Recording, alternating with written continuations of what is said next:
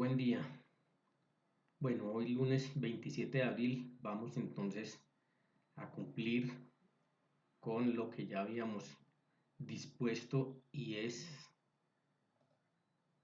dar continuidad. Vamos a ver la primera parte del capítulo 9 de nuestro contenido programático.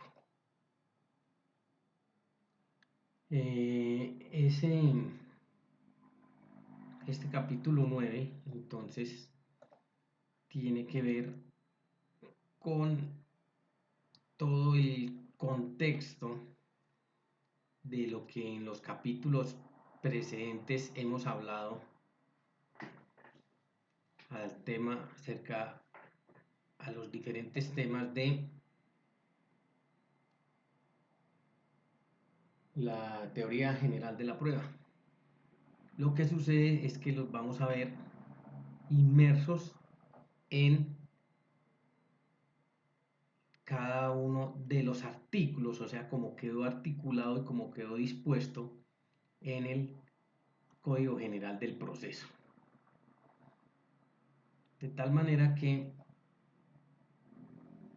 estamos con el artículo 164 y dentro del marco del libro segundo, que hace alusión a los actos procesales, ¿sí? Sección tercera, que nos habla de las pruebas como título único. Reitero que la importancia de este capítulo, como ya les había mencionado, es que vamos a ver todo este quehacer de los 8 capítulos anteriores incrustados en el Código General del Proceso. Es de vital importancia para ustedes porque ya teniendo esa teoría, ya la parte de la argumentación que ustedes requieran dar en torno a cualquiera de estos aspectos, pues ya saben y la encontrarán entonces diseminada aquí en este libro segundo que hace alusión a las pruebas. El artículo 164 que nosotros veíamos desarrolla el principio de la necesidad de la prueba, en el cual determina que en Colombia toda aquella persona que cumpla o esté cumpliendo funciones jurisdiccionales debe basarse en este principio para tomar una decisión. Por lo tanto, quedó establecido que toda decisión judicial debe fundarse en las pruebas regular y oportunamente allegadas al proceso. Esto habíamos visto en desarrollo del principio y en otros capítulos que esas pruebas regular y oportunamente allegadas hacen alusión a todos los requisitos extrínsecos e intrínsecos de la prueba que ya conocemos. Y determina que las pruebas obtenidas con violación al debido proceso son nulas de pleno derecho. Artículo 29, parte final del artículo 29 de nuestra Constitución. Entonces, miramos puntualmente el artículo 164, porque nos habla de toda decisión judicial. Toda decisión judicial, si nosotros vamos a la teoría general del acto procesal y sobre todo los de decisión, o en particular los de decisión, sabemos que son autos y sentencias. Pero lo primero que hay que revalidar aquí y tener en cuenta es que no todas las providencias judiciales en Colombia requieren de motivación. Porque creo, y ya lo hemos dicho varias veces, que ya está claro que por disposición constitucional nuestros jueces están obligados a argumentar, a motivar sus decisiones judiciales. Pero con todo y esto debemos entender, y por eso estamos haciendo énfasis, que no toda decisión judicial requiere motivación. Y entonces nosotros encontramos allí un gran número de providencias judiciales que son los autos de simple trámite. Sobre esos actos procesales de decisión que nos dice el artículo 279, dice, se refiere a las formalidades de las providencias judiciales y dice, salvo los autos que se limitan a disponer un trámite, las providencias serán motivadas de manera breve y precisa. Entonces miren que ahí de una vez está disponiendo de la clasificación de los autos en Colombia y dice, hay unos que son de simple trámite y hay otros que son de fondo. Por lo tanto, los que son de simple trámite solo están destinados para eso, no tienen que motivarse. De ahí que los haya dejado en el estatus de irrecurribles. Contra esos autos de simple trámite, ya saben ustedes hasta la saciedad que no son susceptibles de ningún recurso. ¿Por qué? Pues porque no contienen nada de fondo y por lo tanto al no contener nada de fondo, ¿qué le va a atacar? Y los otros son los autos interlocutorios, que también ya a lo largo de todo lo que ustedes han visto con hoy, que son autos interlocutorios, el legislador ha hecho unos casos excepcionales o ha hecho unas excepciones y dice, aunque sea un auto interlocutorio, este auto interlocutorio no es susceptible de recurso. Pero son las excepciones que tenemos que tener en cuenta porque si leemos de impacto así toda decisión judicial, uno podría concluir que todas las providencias judiciales, y estamos entonces determinando que eso no es cierto. Hay una reproducción exacta en la parte final de este artículo que es tomado del artículo 29 de la Constitución y se refiere a esa cláusula de exclusión probatoria si se sucede ese asunto en el cual la prueba haya sido obtenida con violación de derechos constitucionales fundamentales. En asocio con eso entonces encontramos el artículo 14 del Código General del Proceso que nos dice y nos habla, define también el debido proceso, disponiendo que se aplicará a todas las actuaciones previstas en este código y es nula de pleno derecho la prueba obtenida con violación del debido proceso. Estamos frente a la prueba ilícita. Eso ya lo tenemos también perfectamente claro. El artículo 165 nos habla de los medios de prueba. Para Sentís Melendo, decíamos y retomamos la diferencia entre fuente de prueba y medio de prueba. Ya lo hemos también analizado detenidamente, ha sido objeto de los parciales y tenemos que la fuente es un concepto metajurídico, extrajurídico, extraprocesal, que corresponde forzosamente a una realidad anterior y extraña al proceso. Y el medio de prueba ya es un concepto jurídico y absolutamente procesal. Por eso se concluye que la fuente existirá con independencia de que siga o no el proceso. Y por eso decíamos en su debido momento que la fuente puede nacer y morir como prueba, fuente de prueba. Si nunca es llevado a un proceso, pues siempre será una fuente de prueba. Lo que sucede es que si es llevado a una actuación judicial, se convierte en medio de prueba. De ahí que lo define, dice son medios de prueba. Todo el grueso que ustedes van a ver en sexto semestre, que es los medios de prueba en particular, pero lo atinante aquí a la parte general dice, y cualesquiera otros medios que sean útiles para la formación del convencimiento del juez. Entonces miren que el legislador le da una amplitud a este tema de los medios de prueba y que tenemos que concluir con ese artículo 165, que los medios de prueba en Colombia no son taxativos. Obviamente son todos aquellos que ustedes tendrán que ver, les repito, el otro semestre. Pues está la prueba documental, el dictamen pericial, la inspección judicial, los interrogatorios de parte, el testimonio, la prueba por informe, en fin, los indicios. Pero no son taxativos. ¿Por qué? Porque no son únicos, dado que esta última parte dice y cualquiera otros medios que sean útiles para la formación del convencimiento del juez. El legislador sigue empeñado, el legislador sigue haciendo énfasis en que el juez tiene que tener todas las herramientas para poder fallar, por eso no lo limita. Y así, de la mano del artículo 12, pues en conjunto con este artículo 12, establece esta posibilidad. Cuando nos habla de los vacíos y deficiencias del código, dice, cualquier vacío en las disposiciones del presente código se llenará con las normas que regulen casos análogos. Y a falta de estas, el juez determinará la forma de realizar los actos procesales con observancia de los principios constitucionales y los generales del derecho procesal, procurando hacer efectivo el derecho sustancial. Este artículo 2 es el que determina toda esta última parte del artículo que estamos analizando y le dice cualesquiera otros medios que sean útiles. El artículo 166 nos habla de las presunciones establecidas por la ley. Entonces, en el Código General del Proceso existen presunciones a partir de hechos que ocurren en el curso del proceso. Entonces tenemos, por ejemplo, la ausencia de la contestación de la demanda. Nosotros ya sabemos cuál es la consecuencia jurídica de no contestar una demanda. Entre esos, en el caso que a nosotros más nos interesa, el más grueso, que es en materia de pruebas, se está renunciando a nada menos ni nada más que a solicitar pruebas, entre muchas otras consecuencias, pero digo la que más nos concierne de conformidad a nuestra asignatura, pues ahí habría una presunción. Cuando se sucede el hecho que el demandado no contesta la demanda o lo hace de manera eficiente. Otra presunción establecida por el legislador, la renuencia a la práctica de la prueba genética para establecer la paternidad o la maternidad, le trae las respectivas consecuencias porque se presumirá como el padre o la madre biológicos. El artículo 167 nos habla de la carga de la prueba. Entonces hablamos de cargas dinámicas, ¿cierto? Hoy eso ya también está absolutamente claro y establece que en Colombia hoy hablamos de las cargas dinámicas de la prueba, no de la carga estática de la prueba. Y eso ya lo vimos también en la principialística y cuando establecimos que el principio o se cumple con el principio de la facilidad de la prueba.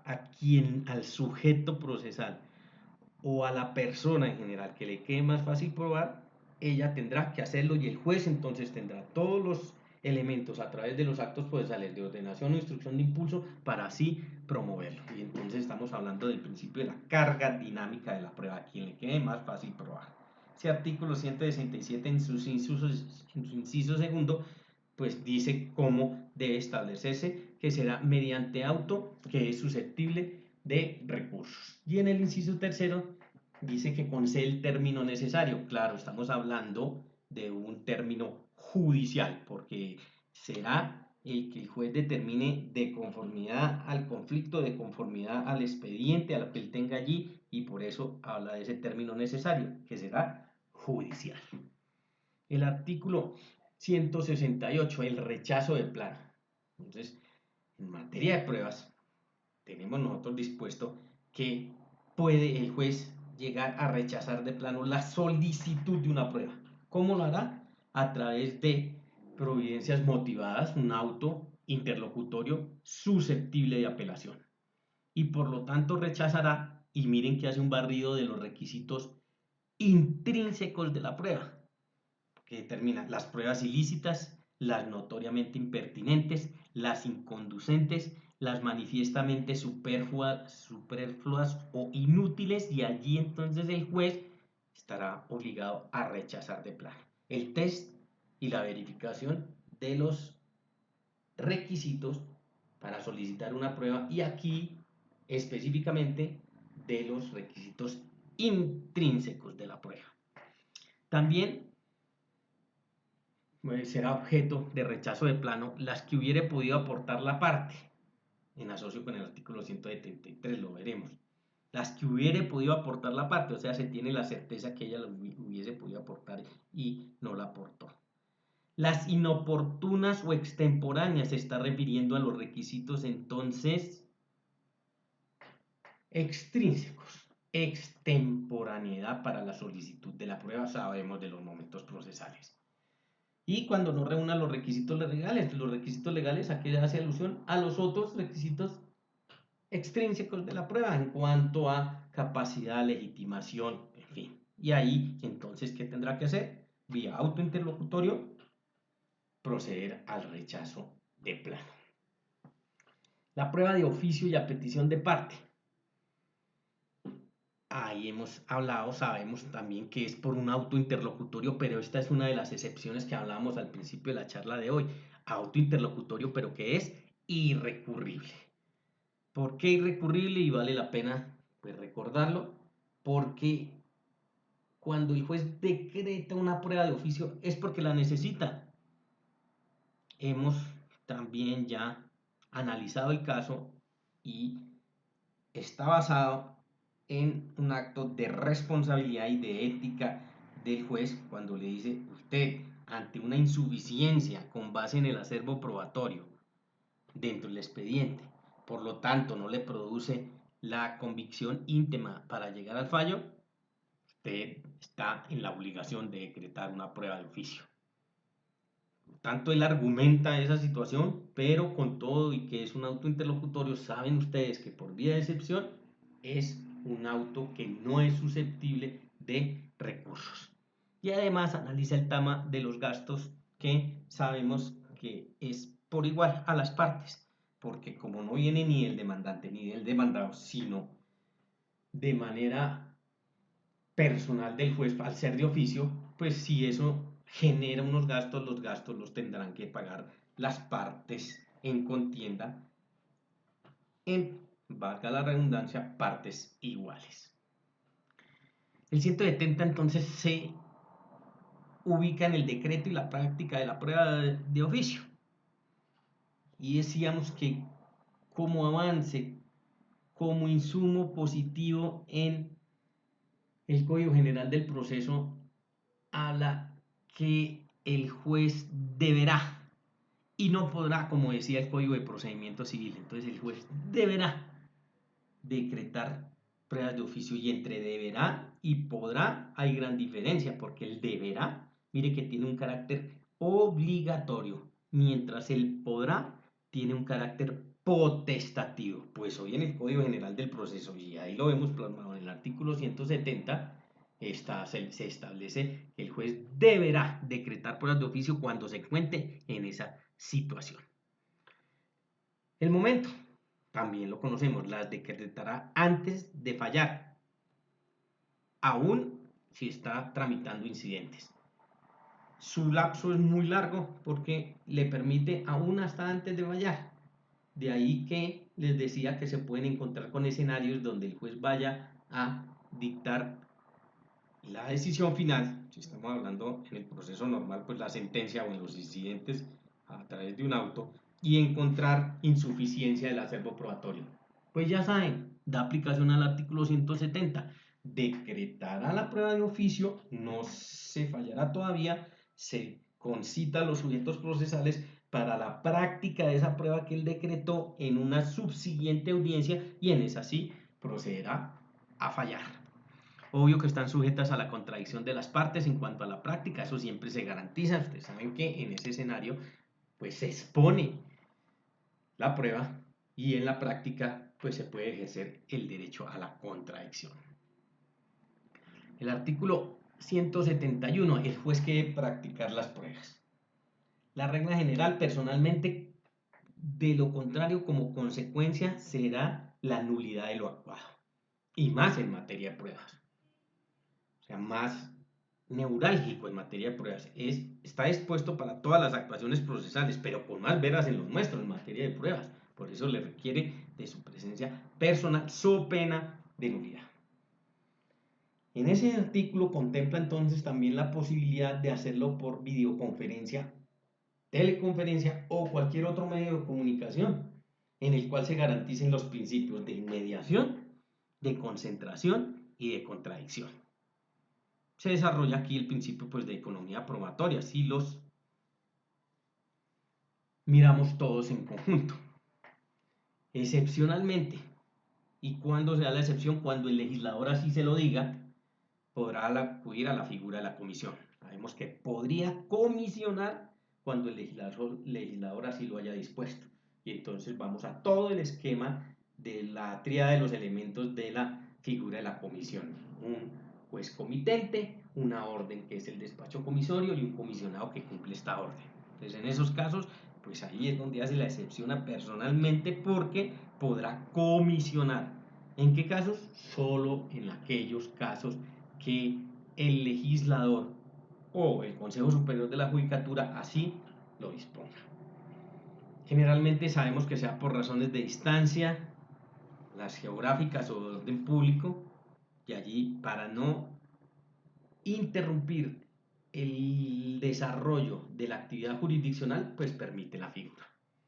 El Consejo Superior de la Judicatura, o bueno, la Corte Suprema de Justicia, perdón, aquí podrá comisionar cuando lo estime necesario. Esa es una función, una facultad que tiene nuestra Corte Suprema de Justicia en materia de la figura de la comisión, que en algunos casos y en momentos especiales la Corte Suprema de Justicia podrá decir se comisiona este asunto en tal juez.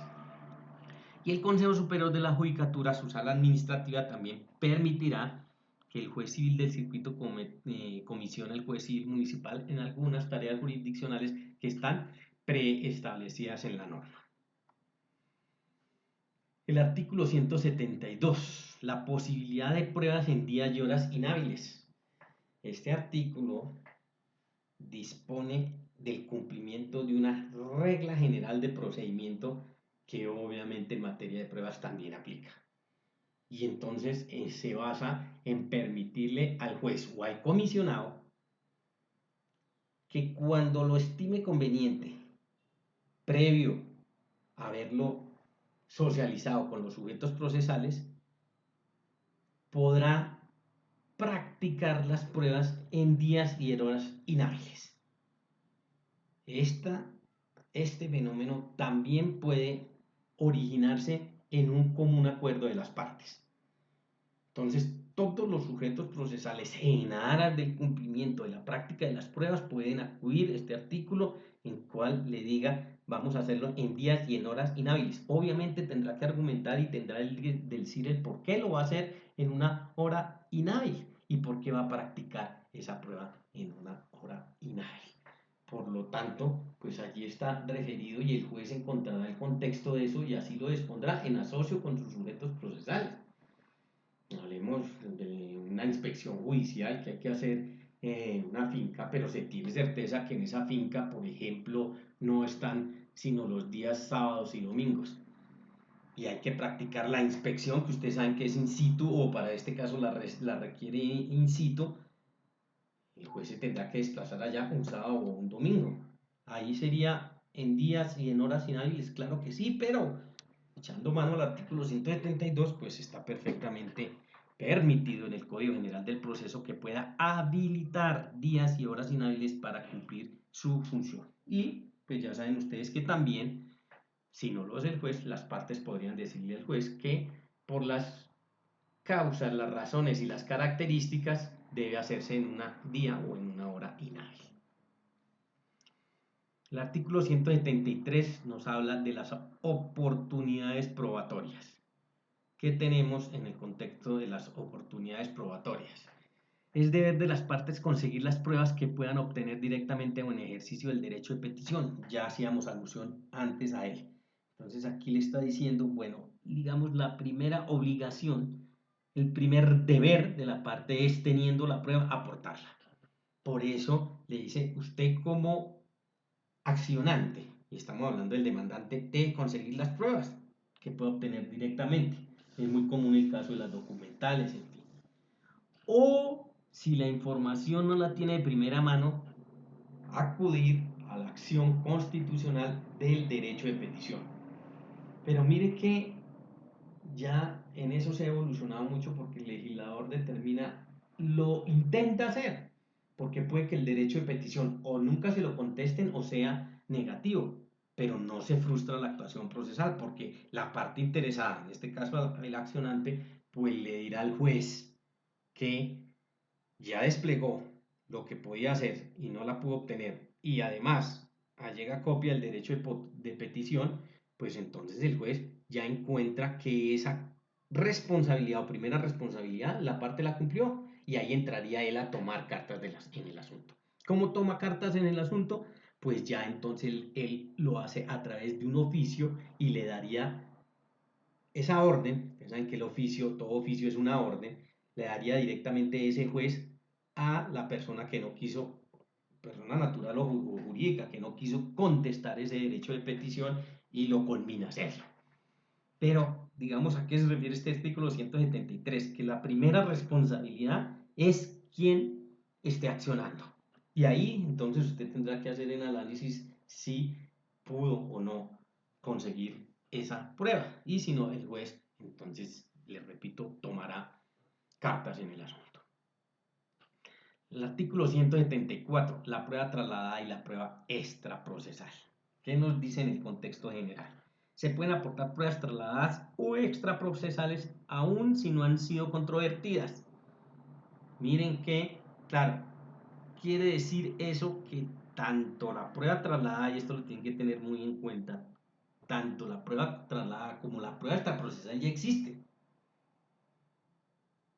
Existe en un evento, en una actuación judicial anterior. Lo que sucede es que la vamos a llevar a uno que nosotros estamos atendiendo. Por eso es que nosotros la trasladamos a nuestro proceso o siendo extraprocesal la llevamos a nuestro proceso. Y en esto dice el legislador que aún así no hayan sido controvertidas. Pero inmediatamente se tienen ustedes que imaginar que si no han sido controvertidas, pues obviamente al interior de este proceso que estamos llevando nosotros a cabo, pues se tendrá que abrir el espacio en la práctica de pruebas para que se controviertan. Ya saben ustedes que un juez no puede valorar una prueba que no haya sido sometida a la posibilidad de controvertirla. Entonces ahí encuentran todo el que hacer. Será necesario dar la oportunidad para controvertirlas, claro, a donde se lleven, y será en la respectiva audiencia de la práctica de pruebas. De las pruebas extraprocesales tenemos nuestro último capítulo y allá nos vamos a extender en ella. Nosotros en la clasificación ya hablamos de las pruebas trasladadas, ¿cierto? Porque pueden ser pruebas originarias, se originan, por eso su nombre al interior del proceso judicial, pero con todo eso existen las trasladadas. Puede que en otro escenario, en otra actuación judicial, ya se haya practicado esa prueba o ya se haya decretado esa prueba. Entonces nosotros la podemos trasladar a nuestro proceso. Y eso nos lo permite entonces el artículo 174. Esas pruebas, esa valoración de esas pruebas, ya sean trasladadas o extraprocesales, pues corresponde al juez de conocimiento del proceso en que se aportan. Digamos que hace la claridad, pero es absolutamente lógico y obvio. Es ese juez de conocimiento el que va a valorar esas pruebas. Previo cerciorarse que se haya permitido o se haya cumplido con los principios de publicidad y el principio de contradicción, como lo requiere para todo el tema de valoración de pruebas. El artículo 175 permite la posibilidad de desistir de las pruebas. Entonces, se puede solicitar de pruebas, se puede desistir en donde las pruebas solicitadas que no hayan sido practicadas. Ya nosotros también vimos el principio de la adquisición de la prueba, en el cual decimos, ojo, la parte que solicita la prueba puede desistir de ella siempre y cuando no se haya practicado. Si ya se practicó, ya no hay nada que hacer porque aplica el principio de la adquisición, ya deja de ser de quien la solicitó y quien la solicitó y pasa a ser del expediente, del proceso. Una vez practicadas, pertenecen al proceso. Con una sola excepción, la prueba documental que es aportada y tachada de falso por la otra parte. ¿Por qué? Porque claro, si se produce una tacha, hay una prejudicialidad. ¿Qué saben ustedes? Que la prejudicialidad consiste en que esa actuación está sometida a otro juez para poder continuar con la nuestra, y es el caso que se tache de falso un documento por su contenido, por su firma. Ese tema de si es falso o no, no lo puede definir el juez civil porque no es de su competencia. ¿Quién lo tiene que definir? Un juez penal. Por lo tanto, ahí se da la figura de la prejudicialidad. Y ahí entonces encontramos que hasta que no se resuelva por acción penal, pues no podemos nosotros en nuestro proceso civil determinar si efectivamente eso es falso o no. Y por eso hace excepción solo ahí cuando se tacha de falso. Porque estaría en entredicho el mérito probatorio del documento y la parte que lo aportó puede prescindir de él. Entonces, claro, estaría en entredicho. ¿Qué se está refiriendo con eso? En entredicho mientras se resuelve en acción penal. Por lo tanto, tendría consecuencias en acción penal si es falso. Porque miren que sería responsable quien lo aportó. Esa es la razón de la excepción. De lo contrario, siendo una prueba documental que no haya sometido a la tacha, pues ya sabemos que si no ha sido sometida a la práctica, pues perfectamente se puede desistir de esa prueba documental. La apreciación de las pruebas, artículo 176, cuarto momento de la prueba, cuarto momento del íter, del camino probatorio, la valoración de las pruebas, para la cual nos exige unos requisitos, les exige a los heterocomponedores unos requisitos. El primero, las tiene que apreciar en conjunto, todas, el acervo probatorio. Segundo, requisitos de acuerdo con las reglas de la sana crítica. ¿A qué se refiere estas? Son reglas del correcto entendimiento humano. Interfieren las reglas de la lógica con las reglas de la experiencia del juez. Y tercero, observando las formalidades. ¿Cuáles formalidades? Requisitos tanto extrínsecos o intrínsecos de la prueba. Por lo tanto, eso ya verificado, el juez podría entrar a apreciarlas, que es lo mismo entrar a valorarlas. El artículo 177, la prueba de las normas jurídicas. Así lo requieren las normas jurídicas que no tienen alcance nacional y las extranjeras. De esto ya tuvimos nosotros también oportunidad de ver cuando hablamos de los hechos y decíamos hay unos hechos que no requieren probarse, aunque sí hay que llevarlos al escenario procesal, pero no requieren probarse, y hay otros hechos que requieren probarse. Entonces las normas jurídicas que no tengan alcance nacional y las extranjeras, pues están sometidas a pruebas, a probar esa norma jurídica, porque las de alcance nacional sabemos nosotros que hay una presunción absoluta en el cual, o de derecho, que dice que la ignorancia de la ley no puede ser tenida en cuenta para ninguna actuación judicial. Por eso esas no necesitan probarse. Pero las que son de carácter regional, digamos departamental o municipal, sí, y al igual que las extranjeras. Por lo tanto, pues está determinado cómo probar las normas extranjeras no escritas. Porque si están escritas, pues será con la prueba documental. Pero si no están en el contexto de escritas, porque en ese otro país, ojo que estamos hablando de normas extranjeras, por ejemplo, se acude mucho a la fuente de